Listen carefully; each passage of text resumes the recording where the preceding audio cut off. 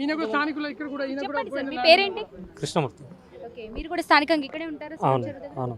ఎందుకని అంటే హైడ్రా ఈ విధంగా ఎందుకని ఇట్లా పేద ప్రజల మీద ఉక్కుపాదం మోపుతుందంటే ఏం చెప్తారు? మీ అభిప్రాయం ఏంటి?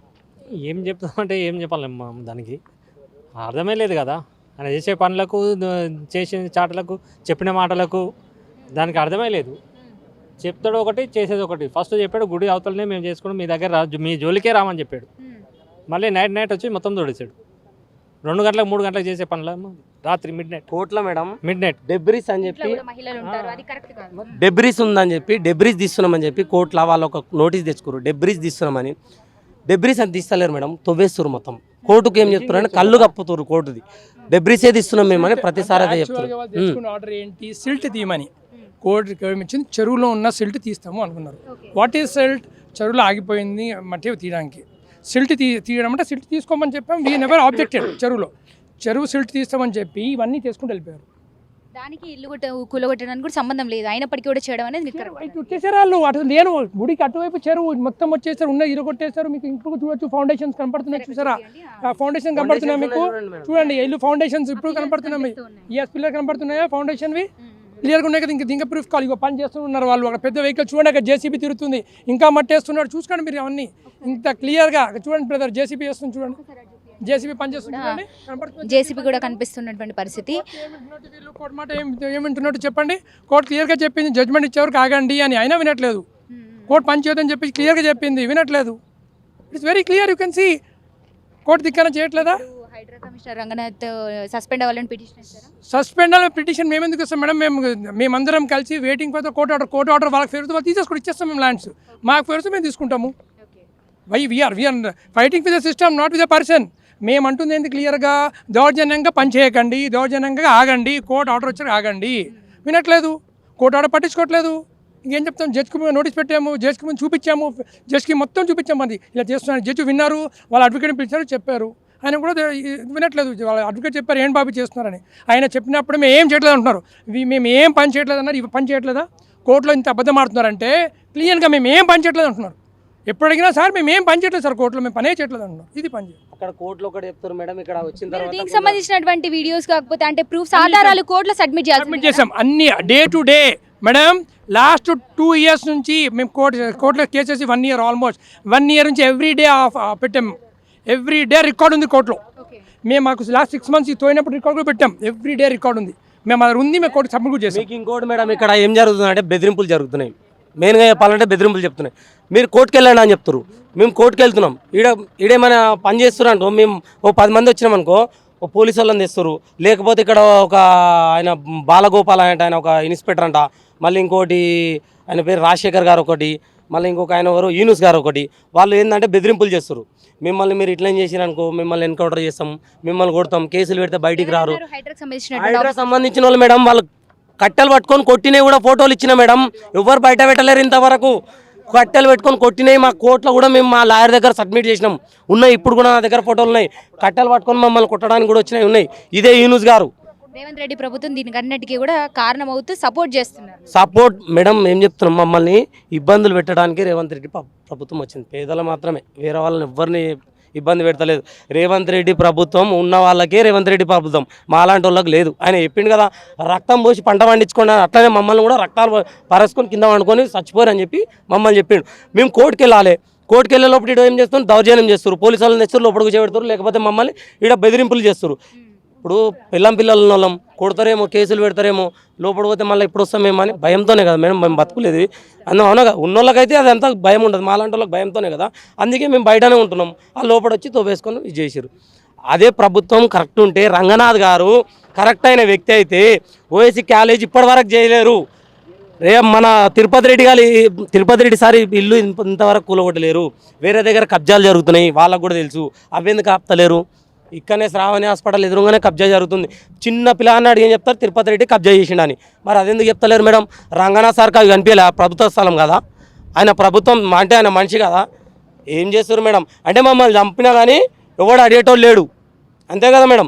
వాళ్ళు బెదిరింపులు అవి మమ్మల్ని. అంటే మీరు చనిపోతే ఇట్లా మిమ్మల్ని బెదిరిస్తే, చనిపోతారని బెదిరిస్తే, చంపుతామని బెదిరిస్తే మీరు భయపడి ఆగిపోతారని. ఏం పోతాయి మేడం? ప్రాణమే కదా పోయేది. అందుకని ఏం పోతుంది చెప్పండి? అంతకన్నా ఏం పోతుంది? ఇక రోడ్డు మీద పడ్డాం, ప్రాణం ఒకటే కదా ఉన్నది, తీస్తే అది కూడా తీస్తామని ఈ ప్రభుత్వంలో. అంతకన్నా ఏం చేస్తావు? ఏం చేయలేవు. ఉన్నది కుండ బద్దలు కొట్టినట్టు చెప్తున్నా. తిరుపతి రెడ్డి ఇల్లు కూలగొట్టలేడు కాబట్టి రంగనాథ్ వేస్ట్, ఉండి కూడా వేస్ట్. కుల్లమాట ఓఎస్సీ ఇల్లు అది కూలగొట్టలేదు, కాలేజీ కూలగొట్టలేదు, వేస్ట్. నువ్వు ఉండి కూడా వేస్ట్. మీ డిమాండ్స్ ఏంటి అంటే మా డిమాండ్ మాకు న్యాయం జరగాలి మేడం. మాకు న్యాయం జరిగేదాకా మేము పోరాడుతూనే ఉంటాం. మాకు న్యాయం జరగాల్సిందే. జరగకపోతే మాత్రం మేము వదిలిపెట్టాం. మేము ఎందుకనంటే మేము కేటీఆర్ వచ్చి కేటీఆర్ పిలిచినందుకు దాన్ని కూడా కక్షలు పెట్టుకొని మమ్మల్ని చాలా ఇబ్బందులు పాలు చేసిరు. మమ్మల్ని చాలా బెదిరింపులు కూడా చేసిరు మేడం. ఎవరు చెప్పుకుంటారని చెప్పండి. అదే పోలీస్ స్టేషన్ పోయి కంప్లైంట్ రాస్తే తీసుకోలేరు మేడం. కంప్లైంట్ రాస్తే నా దగ్గర కంప్లైంట్స్ ఇప్పటికుంది రిసిప్ట్, కంప్లైంట్ రాస్తే తీసుకోలేడు. అదే మాదాపూర్ పోలీస్ స్టేషన్లో. ఇక ఎవరు చెప్పుకుంటాం మేడం. అందుకే సప్పుడు చేయకుండా అన్ని పోయినాయి అని చెప్పి కూర్చున్నాం, అట్లే రోడ్ల మీద తిరుగుతున్నాం అంతే మేడం. ఏం చెప్పదలుచుకున్నారు సార్ ఫైనల్గా మీ డిమాండ్స్ అంటే? మా ఫైనల్ డిమాండ్ ఏం లేదు మేడం. మాకు కోర్టు ఆర్డర్ రాగానే మాది ఇలా ఉందో లేని అలా మాకు అప్పచెప్తే చాలు.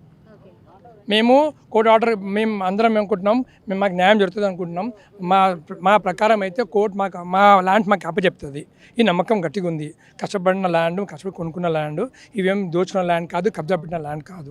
100% మాకు దేవుడి మీద నమ్మకం ఉంది, కోర్టు మీద నమ్మకం ఉంది కి కోర్టు న్యాయం చేస్తుంది మాకు. ఎందుకంటే కోర్టుకి ఇన్నఫ్ ఎవిడెన్సెస్ ఇచ్చాం మేము. మా ల్యాండ్ ఓనర్షిప్ చూపించడానికి ఇన్నఫ్ ఎవిడెన్సెస్ ఒకటి కాదు, ఒక 15-20 ఎవిడెన్సెస్ ఉన్నాయి. మేము మెరిట్స్లో ఉన్నాం, వాళ్ళకి మెరిట్స్ ఏం లేవు. మేము ఇచ్చాం డాక్యుమెంట్స్ ఎక్కడెక్కడ నుంచి, మా ట్రాక్ రికార్డ్ 1945 నుంచి ఇక్కడ ఏం లేవు. ఆ లెక్క ప్రకారం మాకు 100% నమ్మకం ఉంది కోర్టు మీద. కోర్టు మాకు న్యాయం చేస్తుంది, మా ల్యాండ్ మాకు అప్పచెప్తుంది. మళ్ళీ మేమందరం మా ల్యాండ్ తీసుకొని మా ప్లాట్లో మేము అందరం ఇల్లు కట్టుకోవాలని అనుకుంటున్నాం. Thank you so much. అది ఇంతకుముందు పెట్రోల్ పోసుకున్నప్పుడు కూడా మాకు ఒక రిపోర్టరే సాయం చేశారు, కానీ గవర్నమెంట్ అయితే సాయం చేయలేదు. ఒక రిపోర్టర్ గారు ఆయన ఏడ ఉన్నాడో కానీ చల్లగా ఉండాలి. ఆ రోజు నాడు మేము వెలిగించుకునేటోళ్ళం, అగ్గిపేట గుంజుకున్న చేతులకించి ఇక్కడే, అది కూడా ఇక్కడనే జరిగింది.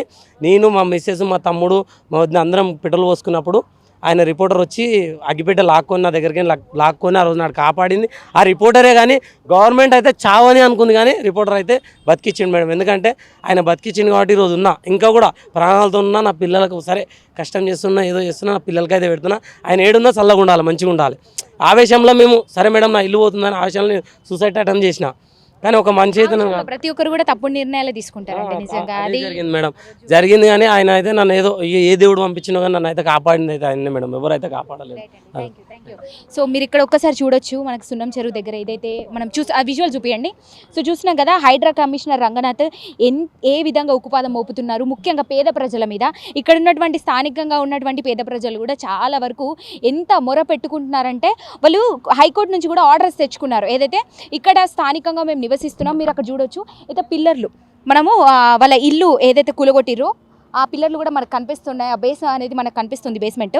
సో ఇక్కడ ఏదైతే ఇందాక మనతో మాట్లాడినటువంటి వెంకటేష్ గారు ఎవరైతే ఉన్నారో, సో ఇక్కడ స్థానికంగా కూడా భార్య బిడ్డలతో కలిసి చదివించుకుంటూ ఇక్కడ స్థానికంగా ఉంటున్నటువంటి పరిస్థితి. అయితే మనం ఇదంతా చూడొచ్చు. సున్నం చెరువు ఏదైతే ఉందో, ఇక్కడ దాదాపుగా వర్షం ఎంత హెవీ రెయిన్ఫాల్ పడ్డప్పటికీ కూడా ఇక్కడ ఒక చుక్క నీరు కనిపించట్లేదు మనకి. అయినప్పటికీ కూడా ఇది సున్నం దీన్ని మొత్తం FTL చెరువుగా మార్చేస్తామని కూడా సీరియస్గా యాక్షన్ తీసుకునేటువంటి ప్రయత్నం చేస్తుంది హైడ్రా కమిషనర్ రంగనాథ్. ముఖ్యంగా ఏదైతే ఈ కాంగ్రెస్ ప్రభుత్వం వచ్చినప్పటి నుంచి కూడా ఎందుకు ఈ విధంగా ప్రవర్తిస్తున్నారు, ముఖ్యంగా పేదల పట్ల, పేదలకు మంచి చేయకపోయినా కానీ ఎందుకు ఈ విధంగా ఉక్కుమాదం మోపుతున్నారంటూ కూడా ఇక్కడ ఉన్నటువంటి స్థానికులు ముఖ్యంగా క్వశ్చన్ చేస్తున్నటువంటి పరిస్థితి. అయితే ఆ హైకోర్టులో ముఖ్యంగా వీళ్ళు ఆర్డర్స్ తెచ్చుకున్నారు. ఇక్కడ ఎలాంటి వర్క్స్ చేయకూడదు, హైడ్రా ఎలాంటి కూడా ఇక్కడ వర్క్ అనేది చేయకూడదు వీళ్ళకి అగేన్స్ట్ కానీ కూడా వీళ్ళు కోర్టు నుంచి ఆర్డర్స్ తెచ్చుకున్నారు. అయినప్పటికీ కూడా కోర్టు ఆర్డర్స్ ఇచ్చినప్పటికీ కూడా ఇక్కడ హైడ్రాకి కూడా ఏమైనా ఆర్డర్స్ ఇచ్చింది, ఇక్కడ అసలు మీరు చేయి వేయకూడదు. ఇక్కడ ఉన్నటువంటి స్థానికంగా ఉండేటువంటి సున్నం చెరు స్థలాలు ఏవైతే ఉన్నాయో వీళ్ళు స్థానికంగా ఉంటున్నారు. చాలామంది 40 కుటుంబాలకు పైగా కూడా ఇక్కడ నివసిస్తున్నారు. కాబట్టి వాళ్ళ మీద మీరు చేయాల్సినటువంటి అవసరం లేదంటూ కూడా కోర్టు నుంచి ఆర్డర్ స్ట్రిక్ట్గా వచ్చినప్పటికీ కూడా కోర్టుకి అగేన్స్ట్గా వెళ్ళి ఇక్కడ ఈరోజు మీరు చూడొచ్చు, అక్కడ JCB బుల్డోజర్స్ కూడా కనిపిస్తూ ఉన్నాయి. ఇక్కడ సున్నం చెరువుకి సంబంధించి కూడా FTL చేసేటువంటి పనిలో పడింది హైడ్రా అని చెప్పొచ్చు. ఇక దీనికి సంబంధించి కూడా ఇక్కడ ఉన్నటువంటి స్థానికులు రోడ్డు మీద పడ్డారని కూడా చెప్తున్నటువంటి పరిస్థితి మనం కళ్ళారా చూస్తున్నాము. ఇక్కడ స్థానికంగా ఉండేటువంటి వెంకటేష్ అనే వ్యక్తి కూడా కిరోసిన్ పోసుకొని కూడా తగలబెట్టుకునేటువంటి ప్రయత్నం చేశారు. ఆ రోజు కూడా ఒక పర్సన్ కాపాడడం వల్ల నేను ఈరోజు బ్రతికి బట్టగట్టాను, నా కుటుంబాన్ని చూసుకోగలుగుతున్నాను. కానీ కాంగ్రెస్ ప్రభుత్వం ముఖ్యంగా చనిపోయినా కూడా పర్వాలేదు అనుకుంది. ముఖ్యంగా పేద ప్రజల్ని ఎట్లా హింసిస్తుంది, కాల్చుకు తింటుంది అంటూ కూడా మాట్లాడుతున్నటువంటి పరిస్థితి. రైతులకు సంబంధించి కూడా నీళ్ళు ఎక్కడా అని మాట్లాడితే మీ అది పొలాలకి రక్తం పారించుకోండి అని కూడా మాట్లాడుతున్నటువంటి పరిస్థితి. ఈరోజు మా రక్తం దాగుతూ మా రక్తాన్ని పారించేటువంటి ప్రయత్నం చేస్తున్నాడు కాంగ్రెస్ ప్రభుత్వం. అట్లనే హైడ్రా కమిషనర్ రంగనాథ్ కూడా ఏదైతే ముఖ్యంగా మనము ఓవైసీ బ్రదర్స్ది ఫాతిమా కాలేజ్ ఏదైతే ఉందో ఎఫ్టీఎల్ పరిధిలో ఉంది, అది కూడా ఇప్పటికీ కూడా కూలగొట్టనటువంటి పరిస్థితి. మరి అదెందుకు కూలగొట్టలేదు అంటూ కూడా ఈరోజు స్థానికులు ప్రశ్నిస్తున్నారు. దీనికి సంబంధించి అట్లనే ఉన్న వాళ్ళ ఇండ్లు ఎఫ్టీఎల్లో ఉన్నప్పటికీ కూడా చెరువుల్లో ఎఫ్టీఎల్ బఫర్ జోన్లలో ఉన్నప్పటికీ కూడా ఎందుకని కూలగొట్టలేదు? ముఖ్యంగా రేవంత్ రెడ్డి బ్రదర్ అయినటువంటి తిరుపతి వాళ్ళ ఇల్లు కూడా చెరువు పక్కనే ఆనుకొని ఉన్నటువంటి పరిస్థితి, అయినా ఎందుకు కూలగొట్టలేదు? ఈరోజు ఇట్లాంటి ప్రశ్నిస్తున్నారు ఇక్కడ ఉన్నటువంటి స్థానికులు. మీరు ఇక్కడ చూడొచ్చు పనులు యథావిధిగా కొనసాగుతున్నటువంటి పరిస్థితి. కోర్టుకు వెళ్ళి వీళ్ళు ఇక్కడ ఉన్నటువంటి ప్రూఫ్స్ తీసుకెళ్ళి స్థానికులు అక్కడ కోర్టులో సబ్మిట్ చేసినప్పటికీ కూడా కోర్టు నుంచి హైడ్రా ఆఫీసర్స్ని క్వశ్చన్ చేస్తే హైడ్రా ఒకటి చెప్తుంది, మేము ఎలాంటి పనులు చేపట్టడం లేదు, ఇక్కడ మేము ఎలాంటి పనులు కూడా చేపట్టడం లేనటువంటి పరిస్థితి అంటూ కూడా వీళ్ళని అంటే అబద్ధాలుగా సృష్టీకరించేటువంటి ప్రయత్నం కూడా హైడ్రా ఆఫీసర్స్ ఈరోజు చేస్తున్నారంటూ కూడా చెప్పొచ్చు. ఇది ఇక్కడ ఉన్నటువంటి ప్రస్తుతం చున్నం చెరువు అప్డేట్స్ అని చెప్పొచ్చు. సో చూస్తున్నారు కదా, స్థానికులు ఒకటే చెప్తూ ఉన్నారు, మాకు న్యాయం జరగాలి. అదేవిధంగా హైడ్రా కమిషనర్ రంగనాథ్ సస్పెండ్ అయిపోతే మాకు మేము పడ్డ కష్టానికి కొంచెం నిజంగా మేము ఊపిరి పీల్చుకుంటాం. ఆయన వెళ్ళిపోతే ముఖ్యంగా పేద ప్రజలందరూ కూడా బాగుపడతారు. కావాలని పేద ప్రజల మీద ఉక్కుపాదం మోపేటువంటి ప్రయత్నం చేస్తుంది ఈరోజు హైడ్రా. కాబట్టి అక్కడ నుంచి ఆ స్థానం ఆయనకి కరెక్ట్ కాదంటూ కూడా స్థానికులు మొరపెట్టుకుంటున్నటువంటి పరిస్థితి. కాబట్టి ఆయన సస్పెండ్ అయిపోవాలంటూ కూడా కోరుతున్నటువంటి పరిస్థితి. అప్పుడే మాకు జరిగినటువంటి నష్టం కొంతవరకైనా మాకు న్యాయం జరిగిందని కూడా మేము భావిస్తామంటూ కూడా చెప్తున్నటువంటి పరిస్థితి కనిపిస్తోంది. కెమెరామెన్ మధుతో రిపోర్టింగ్ భానుశ్రీ, సున్నం చెరువు, పల్లవి టీవీ, హైదరాబాద్.